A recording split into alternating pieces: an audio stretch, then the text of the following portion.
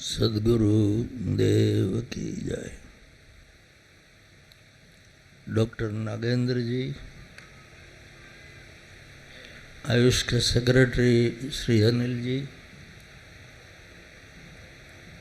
दिनेश भाई अमीन, vice president Mukesh भाई, mister झाला एंड मिस्टर दवे, सज्जनों, माताओं, बंधु भगिनियों, सबको मेरा सस्ने जय भगवान। सब मिक्सचर में चला है तो मैं भी मिक्सचर कर रहा हूँ भाषा का। हिंदी भी चलती है, अंग्रेजी भी चलती है। ड्यूअलिटी है ना, वो तो ये जगत का नियम है, इसलिए ड्यूअल लैंग्वेज में ही ठीक है। हम ड्यूअलिटी से पर हो जाएंगे तब तो कोई भाषा ही नहीं रहेगी।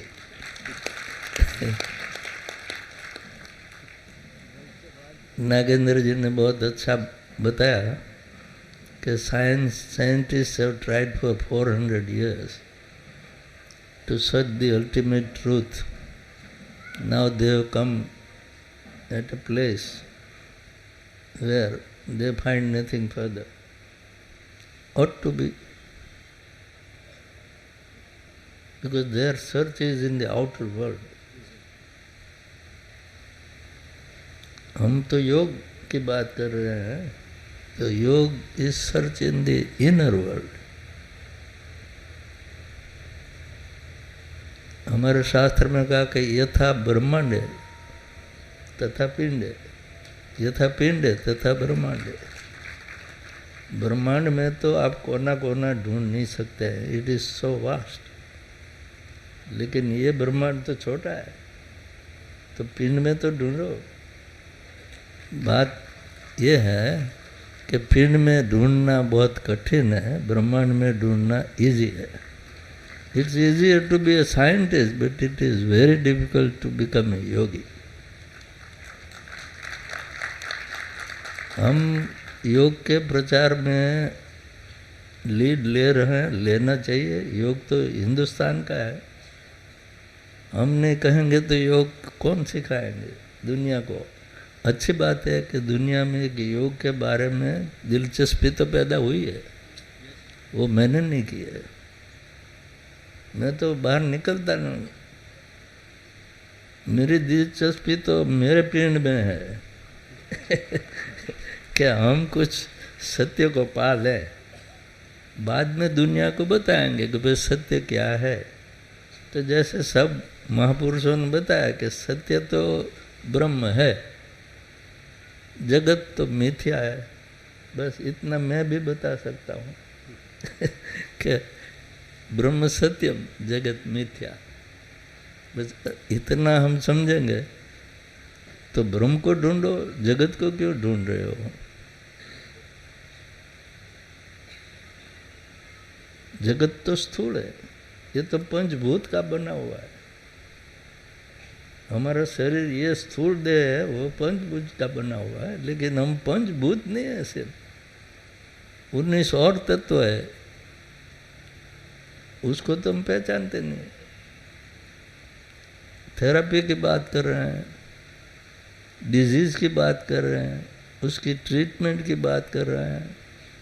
आयुष मिनिस्ट्री हमारी आयुष बढ़ाने की बात कर रही है लेकिन बात तो ये तो फिजिकल बॉडी की है, तो उसको उसके साथ योग को मत जोड़ो।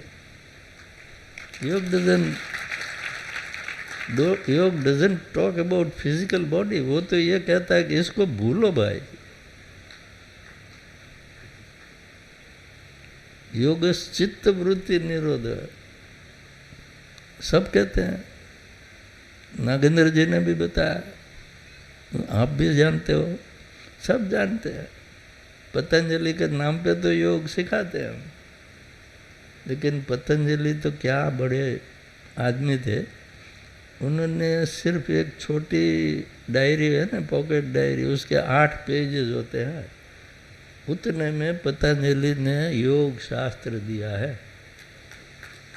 आज जगत में इतनी लाइब्रेरियाँ हैं, देखो यहाँ भी कितने पुस्तक, मेरे भी है।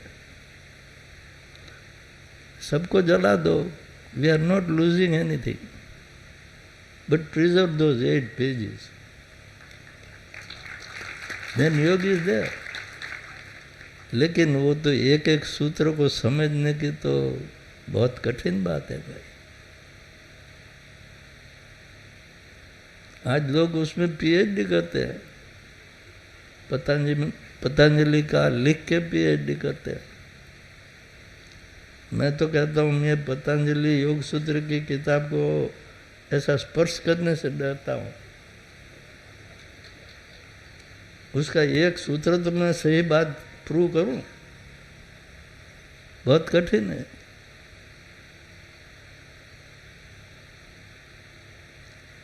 उसने कहा कि आसन, प्राणायाम, यम नियम, 8 अंग तो हम जानते हैं, सब इसी की बात करते हैं। यहाँ भी यूनिवर्सिटी में ये वही सिखाते हैं। मैं जानता हूँ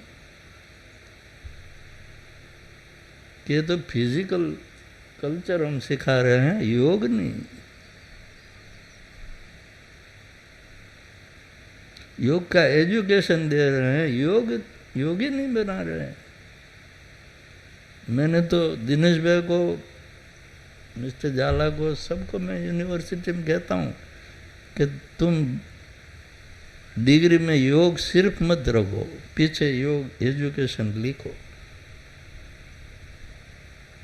योग की डिग्री नहीं होती, योग की डिग्री तो सिर्फ यही होती है। मेरे पास भी यूनिवर्सिटी के सर्टिफिकेट थे, उसकी क्या वैल्यू? कुछ नहीं, फाड़ के फेंक दो।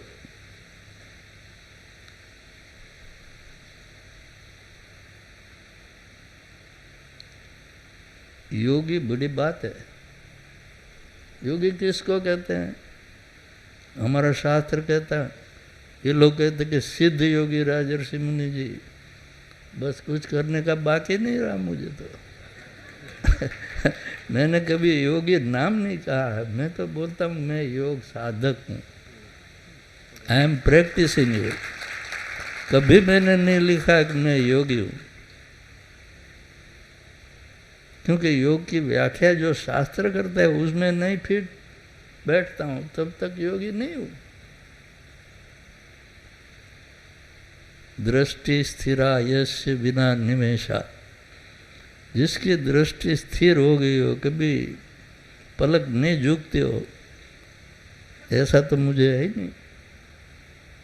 How can I claim to be a yogi? I am a sadhak. जब दृष्टि स्थिर हो जाएगी, तुम नहीं कहोगे तो भी मैं कहूँगा मैं योगी हूँ।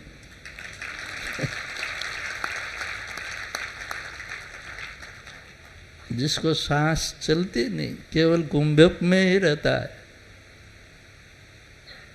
मेरी तो सांस चलती है भाई।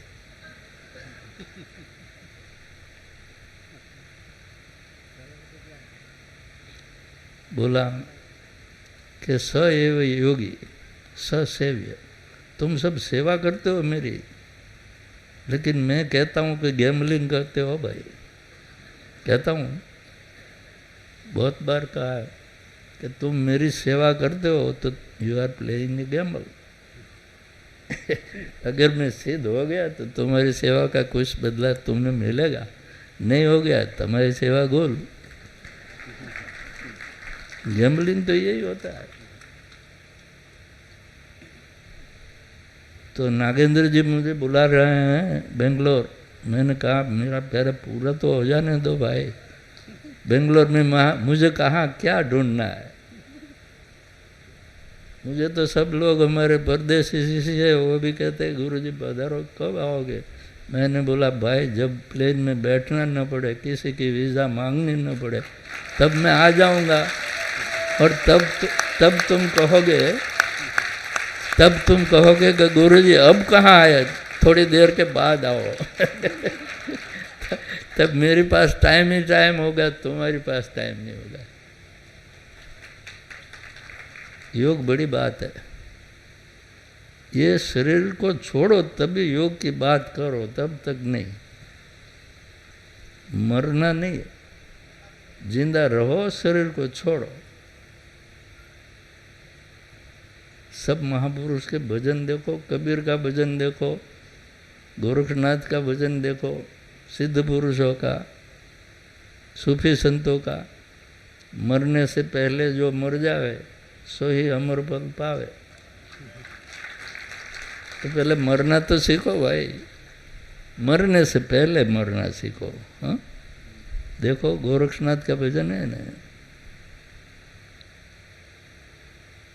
हमारे एक रजनीश जी हो गए, वो उनके ऊपर बोलते थे, मरो है जोगी मरो, मरण है मीठा।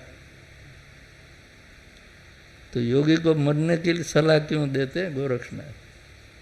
मरो है जोगी मरो, मरण है मीठा। But in the second line he says, ऐसी मरनी मरो जैसी गोरस ने मरी दीठा। गोरखनाथ कहते हैं कि मैंने जैसे मरनी मरी ऐसी मरो, वो तो मीठा है। तो मैं ये मरने की बात कर रहा हूँ, और वो मरनी में निकल गए तो फिर मृत्यु है कहाँ? अगर जिंदा आदमी मृत्यु में से निकल गया और मरा नहीं तो फिर मृत्यु कहाँ है? आप कहेंगे ऐसा कभी हो सकता है? अगर मैं कहूँ कि मैं मृत्यु में से निकल गया और जिंदा हूँ तो आप कहाँ मानने वाले? ये तो सब बनी बनाई मनाई हुई बातें हैं। देखिए गौतम बुद्ध मध्यम निकाय में कहते हैं कि I have taught my disciples how to die before death. Buddha भी कहते हैं कि मैंने मेरे शिष्यों को मृत्यु से पहले कैसे मर जाना ये सिखाया है। तो मैं भी कहता हूँ मेरे गुरु ने मृत्यु के पहले कैसे मर जाना ये मुझे सिखाया।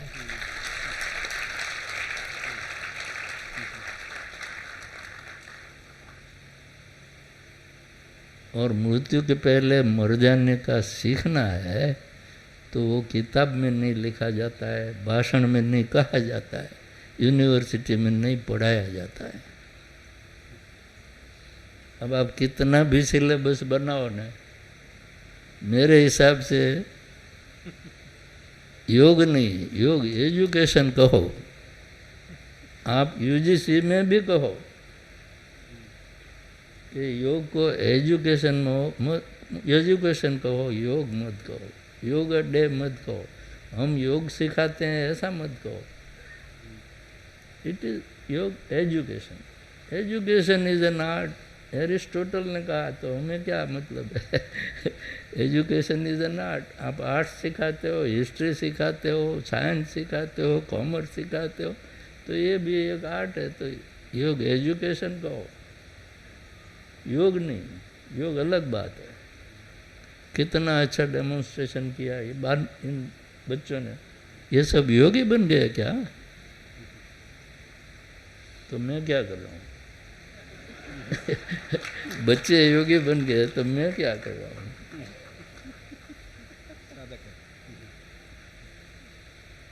साधक है। देखिए भाई, आपने वर्ल्ड में जिम्नास्टिक्स देखा होगा, और ऐसे अंग के कसरत करते हैं ना, आसन तो क्या इससे भी बढ़िया करते हैं। इसके साथ बॉल उछाड़ते हैं, ले लेते हैं, बहुत एक्रोबेटिक फिट्स करते हैं। उसके तौल में एक भी बालक हमारा नहीं आएगा। ये तो योग को ये मत बना दो, वरना योग वो सिखाएंगे तुमको। तो हिंदुस्तान में रखो, योग तो हिंदुस्तान में है। इसकी मुसीबत ये है कि ये गुरु मुख की विद्या है, सिखाई नहीं जाती। गुरु को जो शिष्य सुपात्र लगता है उसको वो ट्रूथ मुख से देता है, किताब से नहीं। अब मैं ये जानते हुए ऐसा नहीं कहूँगा कि मैं योग सिखाता हूँ।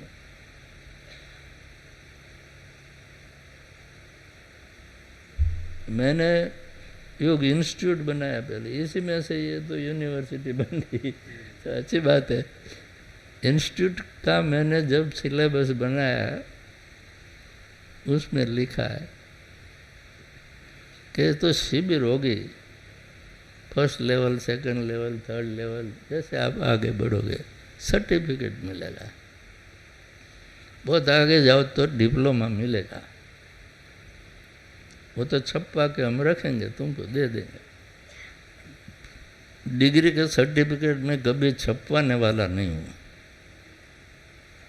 डिग्री कोर्स करना है तो आओ मेरे आश्रम में ऐसा करा लो, फिर तुम आगे बढ़ोगे तो तुमको ये कपड़े मिलेंगे, फिर अच्छा करोगे तो जो गुप्त विद्या है तुमको मिलेंगे। तब तक तुम योग में प्रवेश तुम्हारा होता ही नहीं, तो योग कैसे होता है? हमारा देश में योग बड़ा है। देखो, भगवान कृष्ण ने गीता में कहा कि आदि में मैंने ये योग किसको दिया? सूर्य को, सूर्य भगवान को। उन्होंने उसके पुत्र मनु को दिया, आवर फर्स्ट मैन, आवर आदम। उसने उसके पुत्र इक्ष्वाकु को दिया, उसने इसके पुत्र को दिया। ऐसा नहीं किया कि उसने प्रचार किया, उसने सेमिनार किया। राजा थे, वो आयुष मिनिस्ट्री कर सकते थे लेकिन उन्होंने किया नहीं, क्योंकि जो करते हैं ना वो समझते हैं कि ये विद्या सबके लिए नहीं है, ये मोक्ष पुरुषार्थ है। मोक्ष पुरुषार्थ सबके लिए नहीं है, शास्त्र मना कर रहा है। धर्म पुरुषार्थ सबके लिए है। कर्मयोग, ज्ञान योग, भक्ति योग, उसमें धर्म पुरुषार्थ है। भगवत गीता, हम इसको धर्म ग्रंथ कहते हैं। योग तो उसमें भगवान ने कहा, हर अध्याय के ऊपर योग लिखा है, लेकिन उसमें अष्टांग योग नहीं आता है, इसमें हठ योग नहीं आता है। उसमें जो आता है वो तो कर्म योग, ज्ञान योग, भक्ति योग आता है, लेकिन वो भी एक संपूर्ण योग है। हमारी यूनिवर्सिटी में उसका भी सिलेबस है। अष्टांग योग की तरह मैं उसको भी इतनी ही इम्पोर्टेंस देता हूँ। आप जिसको हठ योग कहते हैं वही कर्म योग है। कर्मयोग भगवान ने कहा कि निष्काम कर्म करो अर्जुन को। कर्म तो सब करते हो, आप भी करते हो, ये मिनिस्ट्री भी करती है, हम सब करते हैं, लेकिन ये तो दुनियावी कर्म है।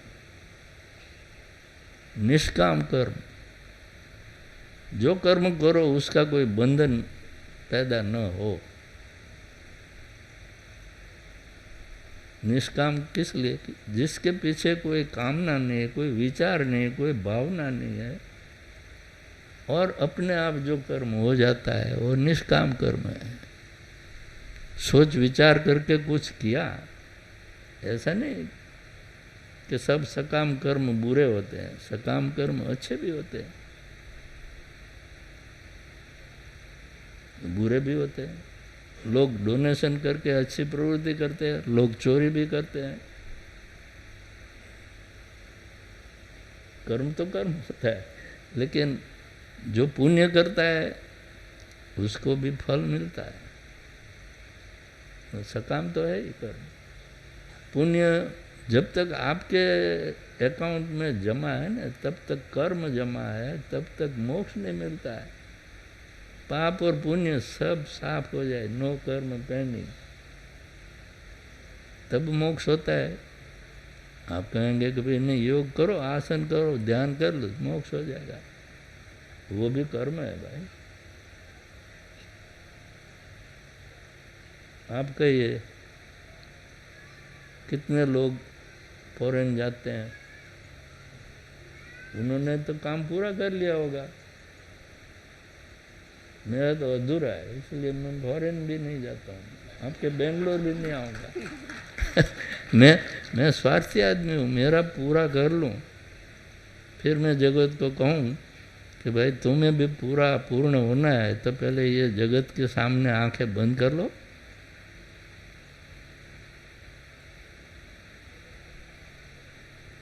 जब तक हम बहिर्मुख है ना, तब तक योग नहीं होता है। योग अंतर्मुख है। योग के 8 अंग में पहले 5 अंग है ना, बहिरंग है। लेकिन बहिरंग क्यों सीखना चाहिए? In order to get an entry into the antarang. तो हम बहिरंग सिखा रहे हैं लोगों को, तो ठीक है, लेकिन वो योग नहीं है। अंतरंग योग है, वही योग है। अंदर उतरना है तो प्रत्याहार पहले होना चाहिए। और जब तक केवल कुंभ नहीं होता है, केवल कुंभ, तब प्रत्याहार भी नहीं होता है। किसको प्रत्याहार हो गया मुझे बताओ ना जगत में?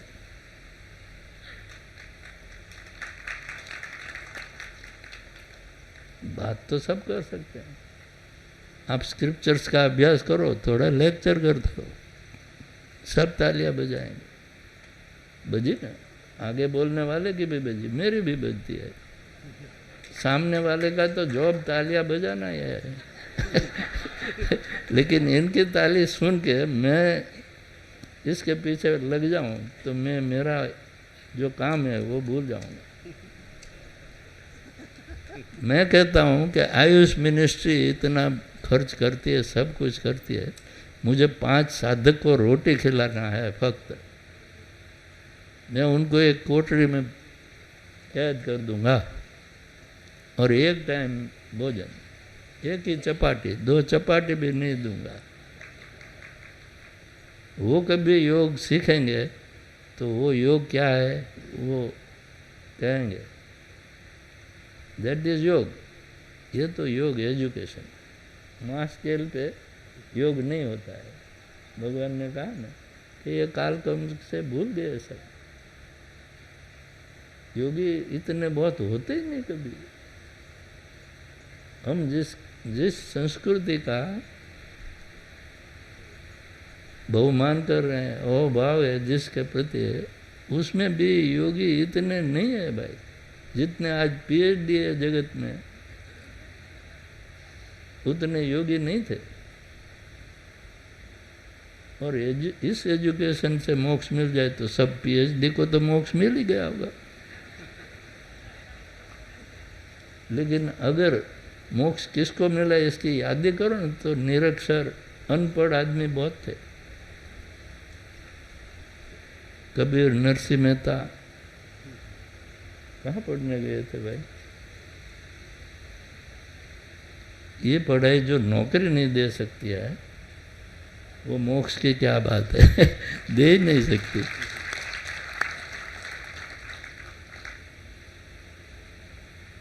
हम जब यूनिवर्सिटी बनाते थे तो गवर्नमेंट ने हमको भी पूछा कि इसकी जॉब ओरिएंटेशन, जॉब वैल्यू क्या है? मैंने बोला तुम जितनी डिग्री देते हो सबको नौकरी मिल जाती है, इसलिए नहीं मिलती है, इसलिए तुमने एक मिनिस्ट्री बनाई है एम्प्लॉयमेंट की। तो ये एजुकेशन से जिससे जॉब भी नहीं मिलती है उससे मोक्ष क्या मिलेगा? मैं गलत बात नहीं कह रहा हूँ। Modi ji is very sincere person, he wants कि योग का प्रचार सही मायने में हो, लेकिन आउट ऑफ एंथुजियाज्म हम योग को छोटा मत बना दें कि ये सिर्फ थेरापी है, ऐसा न रह जाए। योग तो एक मोक्ष देने वाला साइंस है, और वो साइंस किसी को नहीं मिलेगा।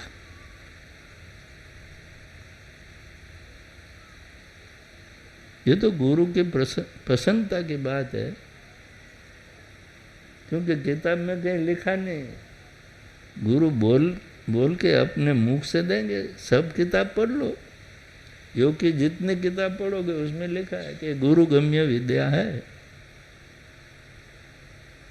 ये यूनिवर्सिटी के प्रोफेसर गम्य विद्या नहीं है भाई। हाँ, प्रोफेसर में पीएचडी चाहिए, मैंने पीएचडी किया नहीं है, लेकिन गुरु तो हूँ। तो ये अलग बात है। योग के बारे में मैं हमारे दिनेश भाई, ये मुकेश भाई, इनके साथ लड़ाई करता हूँ कि तुम योग नहीं सिखा रहे हो भाई। मैं जो योग कहता हूँ वो तुम नहीं सिखा रहे हो। तो बोले कि गुरुजी समझते नहीं है। तब बात अलग हो जाती है। मैं इनको समझा नहीं सकता, वो मुझे नहीं समझा सकते, तो हमारा समाधान होने वाला नहीं। तो हम कहते हैं कि अच्छा भाई तुम तुम्हारी मर्जी से चलाओ, लेकिन उसको योग मत कहो, योग एजुकेशन कहो, फिर कोई बात नहीं है।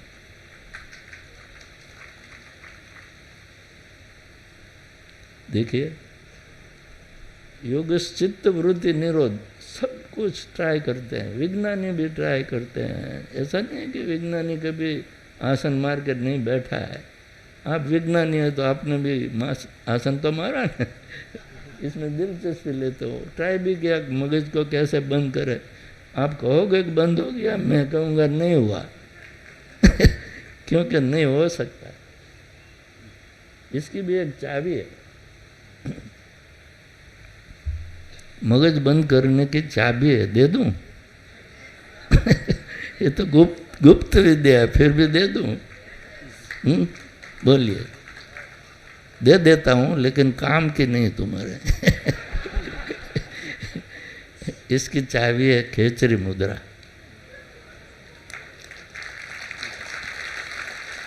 शास्त्र में कहा है कि योग की बात छोड़ो, इतनी सब 4 चीज को याद करो। आसन में सिद्धासन, प्राणायाम में केवल कुंभक, मुद्रा में खेचरी मुद्रा, और ध्यान में समाधि, निर्बीज समाधि। बस ये 4 ही जरूरी है, बाकी सब तो इसका विस्तार है। अब खेचरी मुद्रा को वहां क्यों रखी?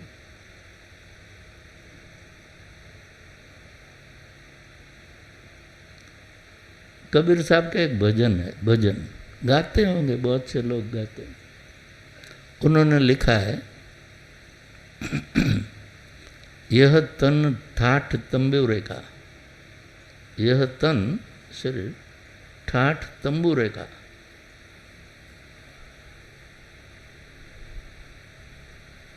પછી दूसरी लाइन में कहते हैं कि ऐचत तार मरोरत खूंटी। तंबूरे में क्या होता है?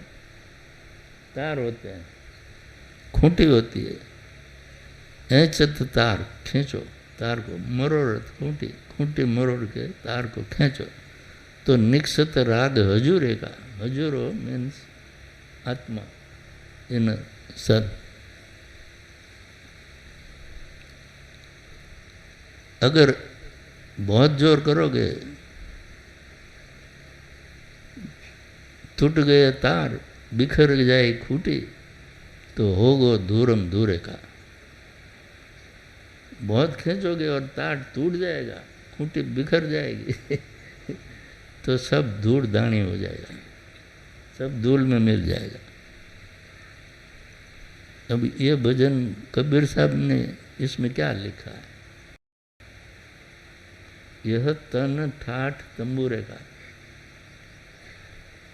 हमारी जो नाड़ी कहते हैं ना, पीड़ा पिंगला सुषुम्ना, उसको हम कहते हैं कि करोड़रज्जु के स्थान पे है।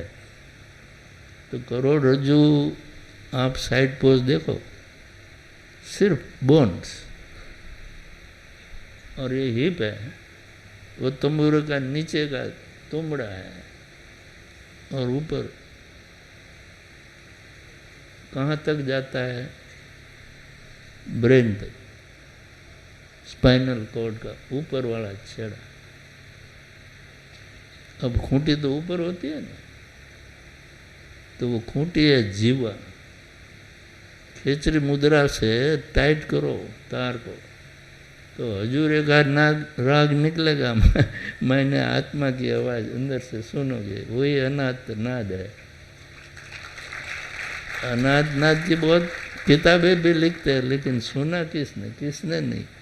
वो तो किताब पढ़ के किताब लिखो,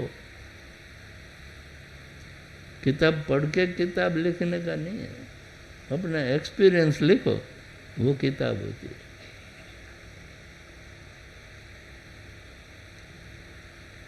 तो जीवा से खेचरी मुद्रा होती है।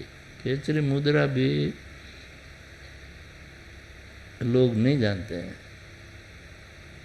खींच खींच के करते हैं, काट काट के करते हैं। मैं खेचरी मुद्रा जानता हूँ, इसलिए मेरे पास बहुत खेचरी की है ना, जिन्होंने वो आते हैं मुझे पूछने कि आप खेचरी मुद्रा की साधना करते हो। तो खेचरी तो मुझे होती है, लेकिन कुछ होता नहीं। वो मैं पूछता हूँ कि तुमने काटा ना? हाँ। खींचा ना? हाँ। मैंने बोला अब दूसरे जन्म की राह देखो, wait till your next birth. इसमें तो बिगड़ गया, इसमें हाथ लगाना नहीं है, कुछ काटना नहीं है, स्वयं होता है और वो प्राण से होता है। आप प्राण एनर्जी को नापने की बात कर रहे हो, प्राण तो सूक्ष्म है, इट इज एनर्जी। आप मेरे सांस नाप सकते हैं, आपके लेबोरेटरी में मैं आऊँगा तो आप मेरी सांस नापेंगे कि आपका प्राण मैंने देख लिया? नहीं देखा है। वो तो प्राण वायु का, प्राण वायु भी कहाँ है, वो तो एयर है। इसमें तो हाइड्रोजन भी है, नाइट्रोजन भी है, सब गैस होते हैं एयर में। तो उसमें जो डिराइव कर लेते हैं वो ऑक्सीजन है। लेकिन ये तो फिजिकल बॉडी के लेवल पे ये वायु है, सटल बॉडी के लेवल पे ये एनर्जी हो जाती है। आप समझे ना? तो सटल बॉडी को तो नापने का आपके पास साधन है नहीं।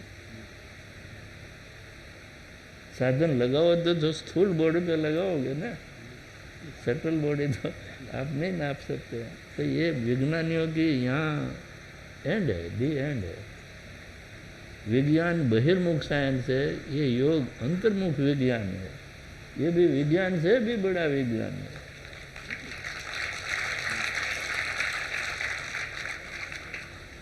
आइंस्टाइन तो गए, स्टीफन हॉकिंग, वो सोचते हैं गॉड पार्टिकल। पार्टिकल तो फिजिकल है, गॉड तो सटल से भी सटल मोस्ट है। तो पार्टिकल में कहाँ गॉड है? पार्टिकल में गॉड की एनर्जी है। हम कहते हैं कि सर्वत्र ब्रह्म है, पार्टिकल तो भ्रम है, इट इज इल्यूजन। ये बाह्य जगत है, इल्यूजन है। देखो अर्जुन ने भगवान कृष्ण को कहा कि तुम कहते हो कि तुम सर्व कुछ हो, ब्रह्मांड भी तुमने बनाया और तुम में पूरा ब्रह्मांड समाविष्ट है। ब्रह्मांड तो कितना बड़ा है, तुम तो मेरे जितने हो। तो ये बात मेरे दिमाग में नहीं उतरती है। बताओ तो सही, आप भी वही कहते हो मुझे तुम बताओ तो सही। विज्ञानी सब ये कहते हैं भगवान को हम मानते नहीं, आत्मा को नहीं मानते, बता दो कि ये भगवान है, ये आत्मा है। अरे भाई तुम्हारा सद्भाग्य होना चाहिए ना कि भगवान तुम देख सको या आत्मा देख सको। ये दिखाया नहीं जाता, अनुभव किया जाता है। इसलिए कहते हैं कि गॉड रियलाइजेशन, सेल्फ रियलाइजेशन, इसकी विजिबिलिटी नहीं है, ये तो सटल मोस्ट है।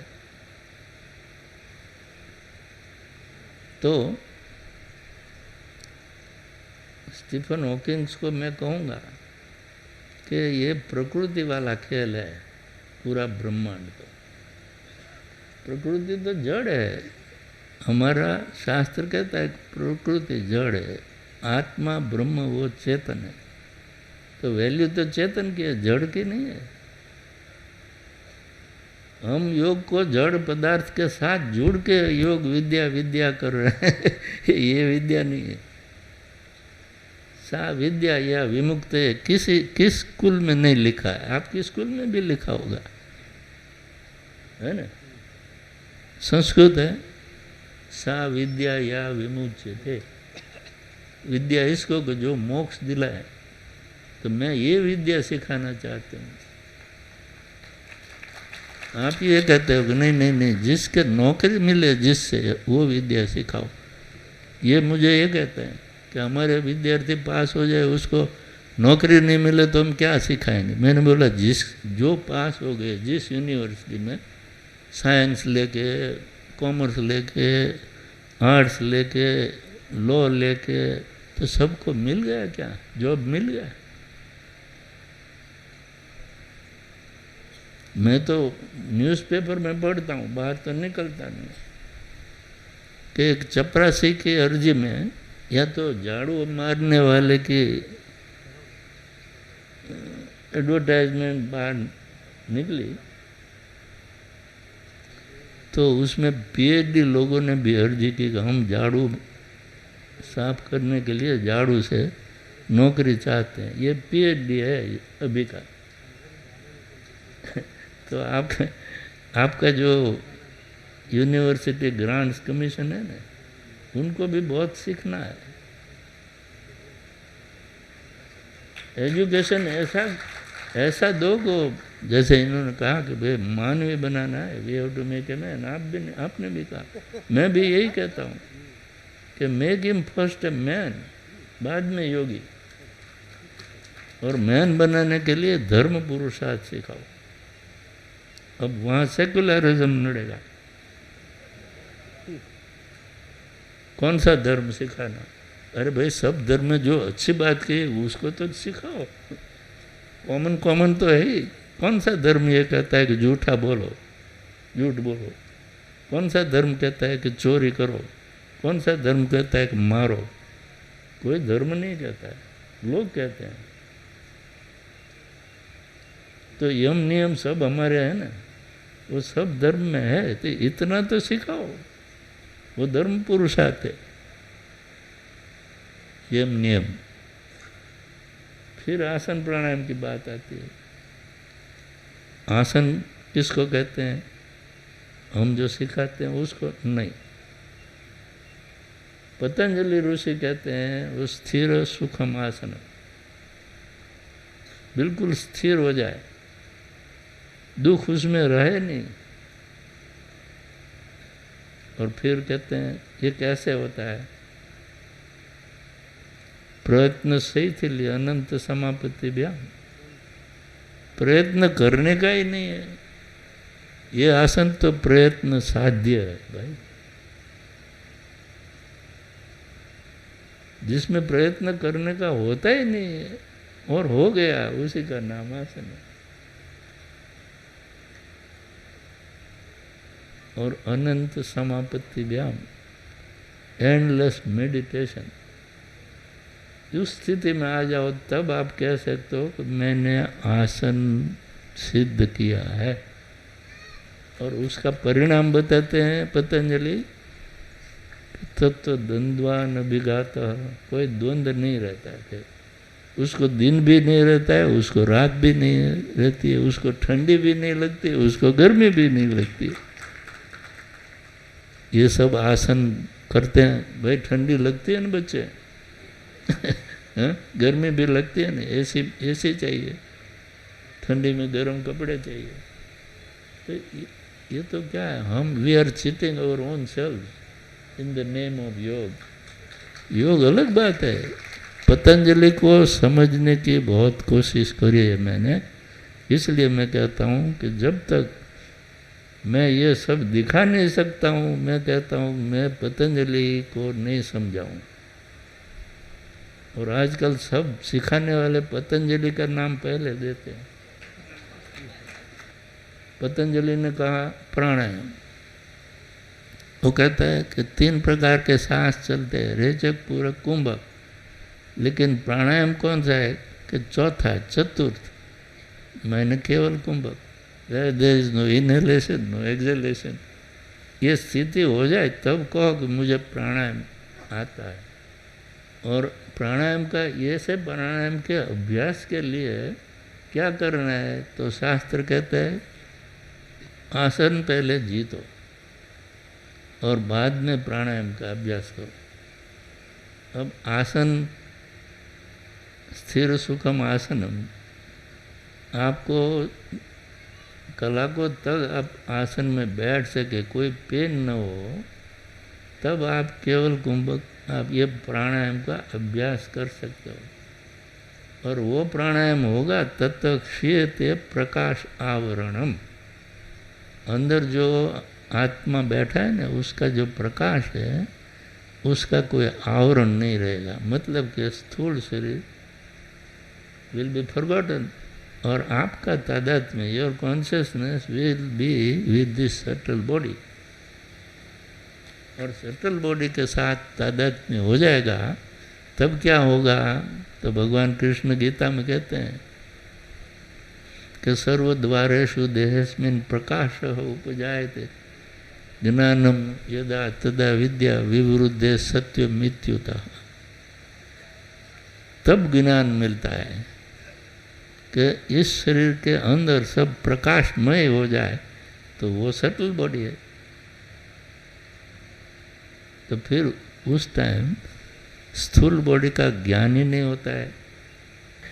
ये तो मेरा ही हो गया, आपका अलग है, बहिरंग योग है, मेरा तो अंतर्मुख योग है। तो ये योग की मैं बात कर रहा हूँ। लेकिन इतनी बात काफ़ी है। तो आप सब ने मुझे सुना है इतनी देर तक बैठ के, बहुत आभारी हूँ। तो अब मैं मेरा वक्तव्य समाप्त करता हूँ। सबका बहुत बहुत शुक्रिया, आभार। जय भगवान। नागेंद्र जी का भी अभिनंदन, अनिल जी का भी अभिनंदन। और अब मुझे कहीं बुलाए मैं जाऊँ। आप समझ गए ना कि ये बुलाने जैसा आदमी नहीं है। जय भगवान।